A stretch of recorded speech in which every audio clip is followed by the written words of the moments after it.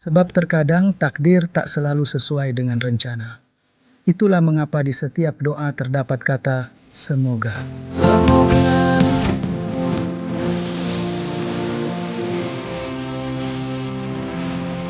Selamat datang di channel BH Korslet. Jangan lupa subscribe agar channel ini bisa berkembang ke depannya. Dan jangan lupa tinggalkan jejak Anda di kolom komentar. Terima kasih guys. Bab 521. Betapa mengerikannya jika dua makhluk prasejarah seperti marmut tanah berdiri. Ketika mereka berdiri tegak, tingginya 4 meter, dan dengan cakar terangkat tinggi, mereka setinggi 6 meter. Kedua makhluk setinggi 2 lantai itu seperti dua penghalang, membuat kemungilannya sangat jelas.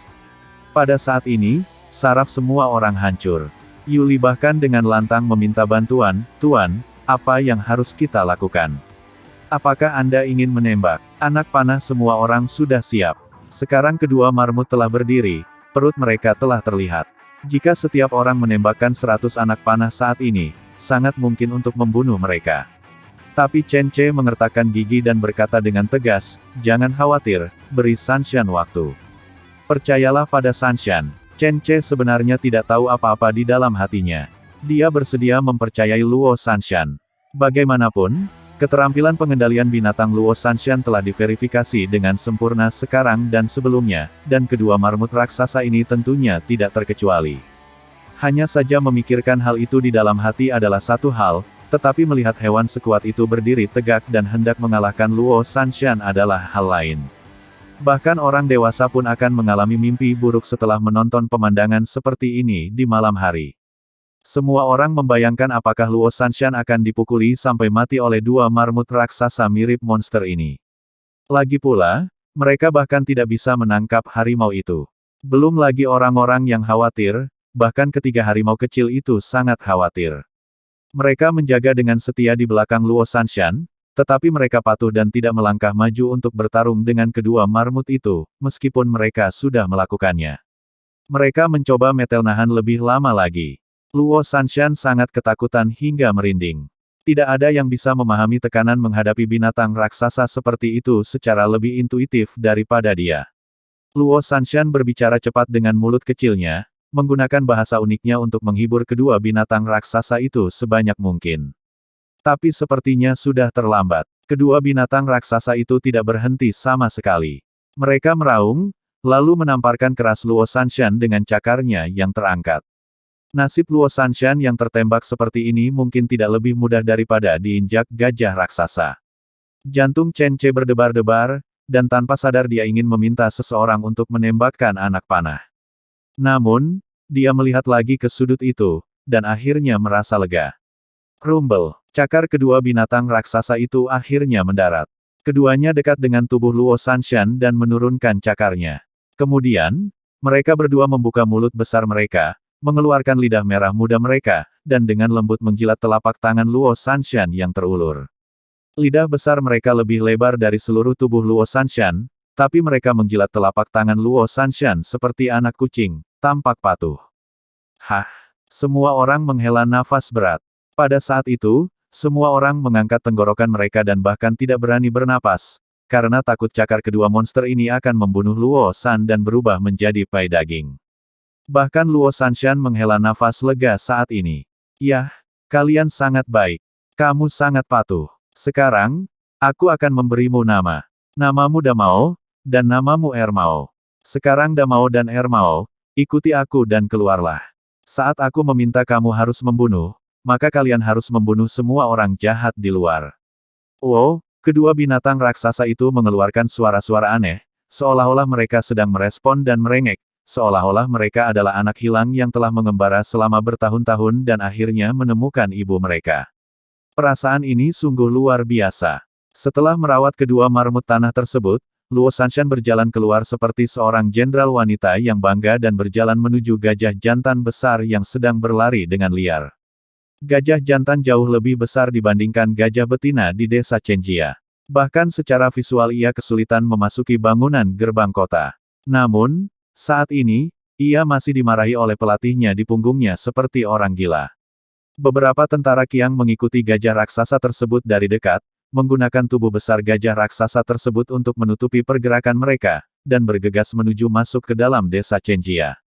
Prajurit Qiang ini adalah pencuri yang sangat pandai, dan dengan bantuan gajah raksasa, anak panah itu benar-benar tidak dapat berbuat apa-apa terhadap mereka. Dari kejauhan, mereka melihat gerbang kota terbuka, lalu dua marmut dan seekor badak bercula tembaga menyerbu masuk, namun mereka tidak melakukan pembunuhan besar-besaran seperti yang mereka bayangkan. Mereka bahkan berbalik, seolah hendak menyerang ke arah yang berlawanan. Apa yang terjadi? Mengapa ketiga monster ini tidak membunuh orang di dalam? Ya, kedua marmut berbulu itu memiliki cakar yang begitu besar. Jika mereka menggaruknya dengan keras, itu pasti akan membunuh dan melukai banyak orang dengan satu cakaran. Binatang adalah binatang buas. Mereka benar-benar tidak berguna. Mereka diam di depan pintu. Mereka bahkan tidak tahu harus berbuat apa. Mereka benar-benar bodoh. Berhenti bicara. Pokoknya, gerbang kota terbuka. Sekarang selama kita bergegas masuk, kita akan menang. Hehe, benar juga, mulutku berair saat memikirkan wanita-wanita harum di dalam. Tapi, harimau, itu harimau dari desa Chenjia. Lihat, itu gajah raksasa itu. Apa yang kamu takutkan? Gajah raksasa mereka hanyalah bayi kecil dibandingkan dengan gajah raksasa kita, dan itu tidak cukup untuk dilihat sama sekali. Benar, paling buruk, mari kita bertarung dan lihat siapa yang lebih tangguh. Hei, apa yang terjadi dengan perempuan jalang itu? Beraninya dia mendatangi kita. Wanita jalang ini cantik sekali, haha, kalau aku mau wanita jalang ini, aku pasti akan sangat senang. Para prajurit Qiang tertawa terbahak-bahak, seolah-olah mereka telah menang. Bahkan ketika mereka melihat kombinasi 3 ekor harimau dan seekor gajah raksasa, mereka tidak merasa takut sama sekali, lagi pula gajah raksasa mereka begitu besar sehingga seperti benteng yang bergerak. Tapi Luo Sanshan berjalan seperti meteor. Dia mengangkat telapak tangannya ke arah gajah raksasa dan membuat gerakan perlawanan. Namun, tindakan ini membuat tentara Qiang menertawakan mereka. Apakah dia mencoba menghentikan gajah dalam situasi ini? Gajah raksasa hanya mempunyai belalai yang melengkung bisa untuk menyapu bersih harimau, apalagi hanya gadis kecil seperti dia. Berhenti, berhenti. Sudah kubilang, hentikan. Luo Sanshan bergegas menuju gajah raksasa itu tanpa rasa takut, dan suaranya tidak hanya menyenangkan, tetapi juga penuh keagungan. Hal ini tampak sangat lucu bagi para prajurit Qiang, tetapi keagungan ini dengan cepat membuat gajah raksasa merasakan tekanan saat dia mendekat selangkah demi selangkah. Gajah raksasa itu dengan cepat menjalin kontak dengannya, dan kemudian gajah raksasa itu mulai menuruti perintahnya, dan kecepatan larinya tiba-tiba melambat. Ada apa? Sial, kenapa kamu berhenti? Serang dia, jatuhkan menara, serang, jangan berhenti, jangan sia-siakan kesempatan, serang dia. Di punggung gajah raksasa ini pelatih hewan memegang cambuk baja khusus dan menamparkan dahi gajah raksasa itu. Dahi dan belakang telinga merupakan bagian tubuh gajah raksasa yang lebih lembut. Memukulnya dengan senjata khusus dapat membuat gajah raksasa tersebut merasakan sakit yang dapat digunakan untuk mengaturnya. Setelah dipukul seperti ini oleh sang pelatih, gajah raksasa itu benar-benar merasakan sakitnya, lalu berakselerasi lagi. Ia harus mendengarkan perkataan sang pelatih. Semakin dekat gajah raksasa dan tentara Qiang. Mereka sudah berada kurang dari 20 meter dari Luo Sanshan. Para prajurit Qiang yang mengatakan hal-hal bodoh itu telah ditembak mati atas perintah Chen Ce, membunuh mereka di sini. Berhenti, jangan menyerah karena sedikit kekuatan orang lain. Kamu adalah Raja Hutan, kamu adalah Raja Gajah, berhenti dan buktikan padaku betapa kuatnya kamu. Luo Sanshan sepertinya berbicara pada dirinya sendiri, dan kata-katanya membuat beberapa tentara Qiang yang mengetahui dialek Zhou merasa konyol. Pelatih gajah raksasa dapat memahami kata-kata dinasti Dazhou. Dia memandang Luo Sanshan yang menghalangi gajah raksasa itu dan berkata sambil mencibir, kamu hanya melebih-lebihkan kemampuanmu. Jangan berpikir bahwa aku tidak akan membunuhmu hanya karena kamu adalah seorang wanita. Kenapa kamu tidak lari? Aku bisa menginjak-injakmu hingga menjadi bubur, ayo biarkan dia tahu betapa bodohnya dia, injak-injak dia. Sang pelatih pun ingin mencambuk gajah raksasa tersebut dengan cambuk baja agar menuruti perkataannya. Namun pada saat berikutnya, gajah raksasa tersebut tiba-tiba berhenti sehingga menyebabkan pelatih yang berada di punggung gajah tersebut menjadi goyah dan hampir terjatuh saat terus bergerak maju. Untungnya, mata dan tangannya yang cepat dengan cepat meraih tali di punggung gajah. Setelah dia berdiri lagi, dia mengayunkan cambuk baja di tangannya tinggi-tinggi dan menggeram dengan marah, "Apa yang kamu lakukan bajingan? Kamu mencari kematian. Kamu berani ingin melemparku." Dia membidik titik lemah di belakang kepala gajah raksasa itu dan menggunakan cambuknya untuk memukulnya. Tempat seperti ini merupakan titik lemah yang paling ditakuti oleh gajah raksasa, dan juga merupakan tempat yang tidak dapat dijangkau oleh belalainya sama sekali. Ia hanya dapat bergerak telentang untuk dipukul. Namun pada saat itu terdengar suara auman harimau yang agung, dan segera setelah itu, seekor harimau ganas terlihat melompat tinggi, tegak, melompat ke punggung gajah, dan dengan satu cakarnya, ia mengangkat pawang gajah yang sedang memegang cambuk baja. Sang master binatang melihat gajah dari punggungnya. Pelatih hewan tersebut tidak menyangka bahwa seekor harimau bisa melompat setinggi itu, dan dia juga tidak menyangka bahwa harimau tersebut bisa sekuat itu hingga bisa kehilangan keseimbangan sama sekali. Meski dia masih memegang cambuk lasso di punggung gajah, dia tidak bisa tidak tahan. Kekuatan semacam ini menyebabkan dia langsung terjatuh dari punggung gajah. Selain tulang punggungnya patah, saat akhirnya bangkit, ia disambut dengan auman pelan dari seekor gajah raksasa. Kemudian gajah raksasa berbobot beberapa ton itu justru berdiri dengan kaki depannya. Pada saat ini, gajah raksasa yang sudah setinggi 5 meter itu tampak lebih tinggi, dan kuku-kukunya yang terangkat turun dengan berat. Ah, pelatih hewan itu hanya sempat berteriak, lalu dia diinjak-injak hingga menjadi bubur oleh gajah raksasa tersebut. Tubuhnya segera terinjak-injak, dan kekuatan mengerikan memisahkan tulang dan dagingnya dalam sekejap. Organ dalam dan benda lainnya meledak di lantai, mengubahnya menjadi sesuatu yang bahkan ibunya tidak dapat mengenalinya. Para prajurit Qiang di belakang tercengang. Tidak ada yang menyangka bahwa gajah raksasa yang mereka yakini sebagai pilar tiba-tiba memberontak dan membunuh pelatihnya. Dan adegan ini membuat beberapa orang yang pernah mendengar tentang pertarungan pertama Kule Scar merasa situasi ini sangat familiar. Bab 522. Sebelum sebagian besar tentara Qiang turun gunung, yang paling sering mereka dengar adalah legenda tentang Kule Scar.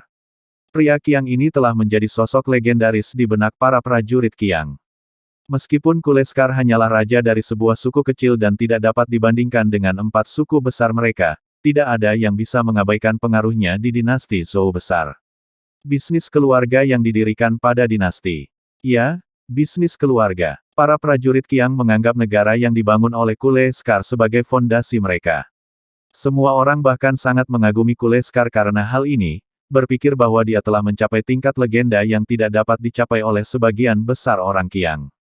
Demikian pula, pertempuran Kule Scar di desa Chenjia juga merupakan pertempuran paling membuat frustrasi yang pernah didengar oleh orang-orang Qiang dan yang paling tidak ingin mereka sebutkan. Dalam pertempuran tersebut, Kule Scar dan yang lainnya dibunuh oleh milisi desa Chenjia, bahkan mereka kehilangan gajah perang terkuatnya, yang ditangkap oleh seorang wanita dari desa Chenjia. Pelatih hewan tersebut dibunuh oleh gajah perang tersebut tanpa ampun. Namun kini, legenda tersebut telah menjadi kenyataan. Kemunculan 3 harimau dan wanita cantik Luo Sanshan langsung menghidupkan kembali karya klasik tersebut. Adegan gajah perang besar yang mengangkat kukunya tinggi-tinggi dan menghancurkan pelatihnya secara langsung sangat mengejutkan pikiran rapuh para prajurit Qiang. Namun gajah perang tidak berhenti karena hal tersebut. Ia tampak terbebas dan dengan senang hati menggunakan kukunya yang besar untuk melangkah maju mundur di atas tubuh pelatihnya yang tidak hancur seluruhnya berubah menjadi daging asli dalam waktu yang sangat singkat. Luo Sanshan tidak menghentikan tindakan gajah perang itu. Dia tahu bahwa hewan besar itu telah terlalu menderita, jadi dia membiarkannya bertindak. San, bagaimana situasinya? Apakah kamu sudah menjinakkannya? Chen Ce datang untuk bertanya dan mewaspadai gajah raksasa tersebut. Dia masih sedikit khawatir. Meskipun dia sepenuhnya percaya pada kemampuan Luo Sanshan, gajah perang itu tampak seperti hewan gila, jadi Chen Ce harus bertanya sebelum dia merasa lega. Tidak masalah, dia hanya ingin melampiaskan penderitaannya. Melampiaskan. Tidak masalah, tapi apa gunanya melampiaskan pada orang ini? Biarkan dia terburu-buru, bereaksi terhadap orang-orang Qiang ini, bunuh semua orang yang terlihat, dan, omong-omong, biarkan hidungnya meringkuk menjadi pohon, dan gunakan itu untuk menyapu. Chen Ce menunjuk ke tangga yang rusak dan memberi Luo Sanshan ide yang tidak benar. Mata Luo Sanshan berbinar, kamu benar, suamiku, kekuatan gajah raksasa ini layak untuk ini. Dia mencium Chen Ce sambil tersenyum, lalu dengan cepat membuat pengaturan. Dia tidak hanya menyusun batang kayu raksasa tersebut sebagai senjata untuk gajah raksasa, tetapi dia juga mengatur satu untuk gajah betina di belakang, namun ukuran gajah betina sedikit lebih kecil. Selanjutnya, saatnya untuk membunuh.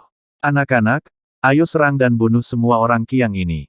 Dengan lambaian tangan kecil Luo Sanshan, 2 gajah perang ada di depan, 2 marmut tanah di belakang, dan 3 harimau ada di mana-mana, diikuti oleh badak bercula tembaga, macan tutul gemuk, dan Ling, dan mereka mulai membunuh. Tetapi orang-orang Qiang sama sekali tidak berdaya. Siapa sangka binatang perang mereka akan sepenuhnya dengan mudah mematuhi pengaturan musuh seperti itu. Kedua gajah raksasa itu adalah yang paling ganas, mereka berdua menggulung batang kayu yang besar, lalu mulai menyapunya seolah-olah sedang bermain-main, dengan sekali sapuan, banyak orang bisa tersapu ke tanah. Namun, itu tidak hanya tersapu ke tanah, kekuatan destruktif yang dihasilkan ketika batang kayu besar tersapu cukup mengerikan. Orang-orang Qiang bisa memuntahkan darah dan terbang mundur, atau langsung dihancurkan oleh batang kayu raksasa itu, meledakkan tubuhnya. Dibandingkan dengan kekuatan absolut kedua gajah perang tersebut, kedua marmut darat tersebut akhirnya menunjukkan kekuatan mengerikan mereka. Cakar raksasa mereka sangat tajam dan mereka akan menangkap siapapun yang mereka temui. Dengan satu cakar, tidak ada manusia Qiang yang masih bisa berdiri, benar-benar hancur oleh cakar mereka, dan beberapa tubuh tentara Qiang bahkan tergores hingga berkeping-keping. Serangan badak bercula tembaga tidak terlalu berdarah, namun sama brutalnya. Tanduk badak runcingnya seperti pisau tajam, bila dijalankan dengan kekerasan, tidak diketahui berapa banyak yang akan terkena, bahkan terus menabrak dengan tanduk badaknya. Oleh karena itu, badak harus terus menggelengkan kepalanya untuk membuang bangkai yang ada di tanduknya.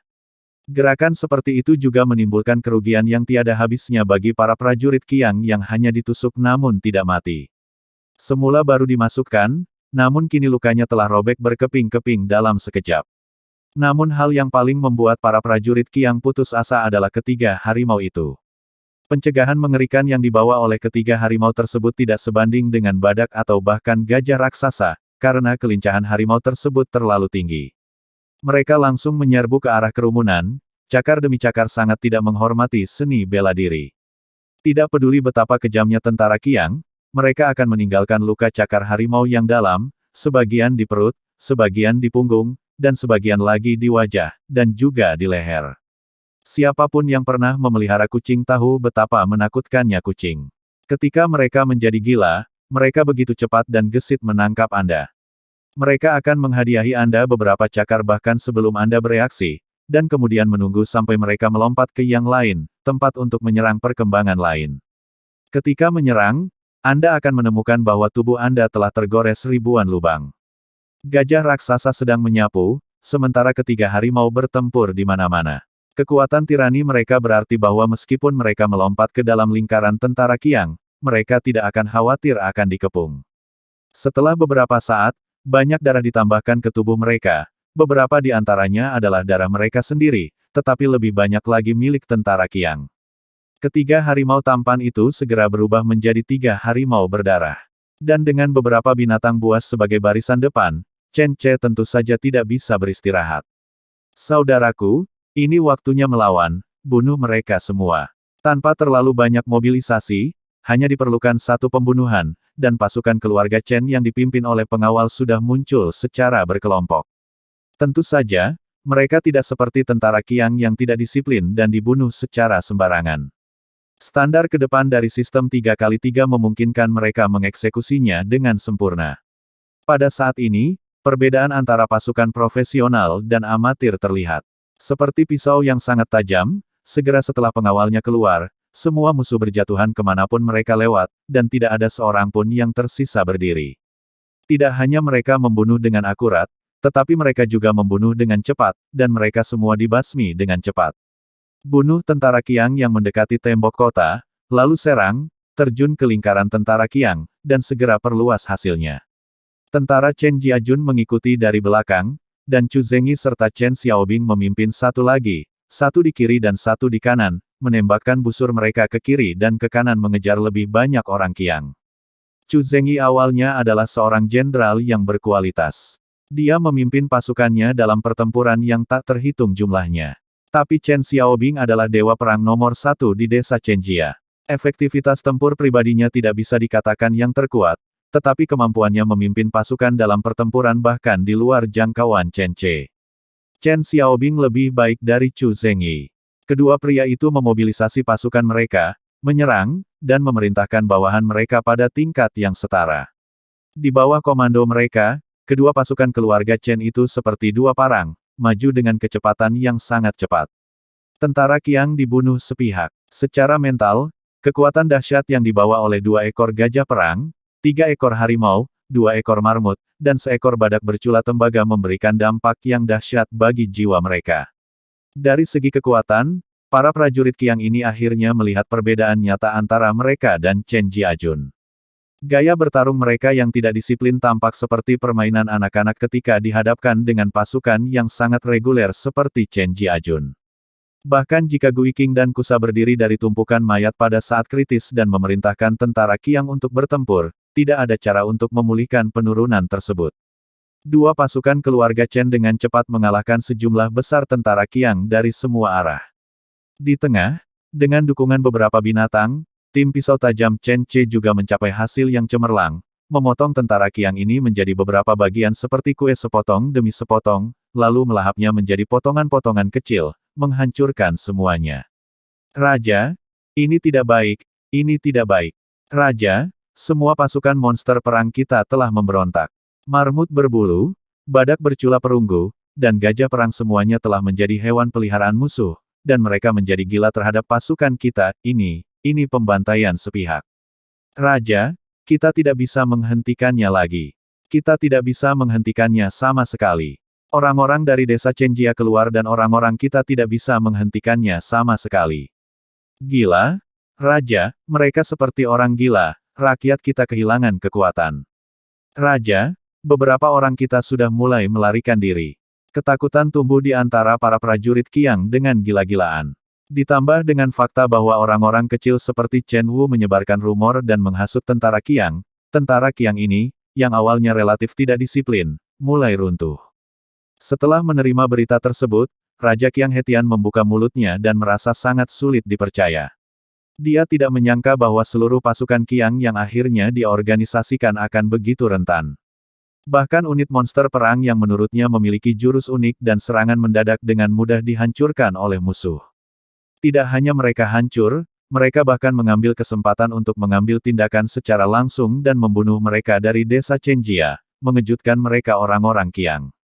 Hetian memasang wajah muram, meninju pohon di sebelahnya, dan meraung, "Tunggu, kita masih punya puluhan ribu pasukan, ada berapa musuh? Jumlahnya tidak lebih dari 20.000. Tunggu sebentar, saya tidak percaya bahwa hanya 20.000 orang saja yang bisa membuat perbedaan besar. Apa yang bisa mereka lakukan untuk melawan kita? Itu benar, Hetian masih memiliki lebih dari 40.000 orang di bawah komandonya. Meskipun banyak orang dari 4 suku besar tewas, efektivitas pertempuran secara keseluruhan masih cukup utuh. Ini kekuatan rahasia, dan mereka belum menggunakannya. Hetian berpikir bahwa dia memiliki peluang bagus untuk menang. Selama mereka menahan serangan gila putaran pertama Chen Jiajun, maka setelah mereka lelah, inilah saatnya bagi tentara Qiang untuk mendapatkan kembali posisi mereka. Idenya sangat bagus, tetapi poin kuncinya adalah tentara Qiang tidak begitu kooperatif. Menghadapi Chen Jiajun yang keluar dalam sekali jalan dan dengan restu dari beberapa binatang perang, seluruh suku Qiang dikalahkan sepenuhnya. Chen Wu dan yang lainnya membantu menambahkan bahan bakar ke api dari belakang, memperluas pencapaian Chen Jiajun berkali-kali, dan bahkan berita palsu bahwa Raja Qiang Hetian telah dipenggal kepalanya menyebar, dan seluruh pasukan tiba-tiba menjadi kecewa, dan ada banyak sekali orang yang melarikan diri. Bersambung ke bab selanjutnya.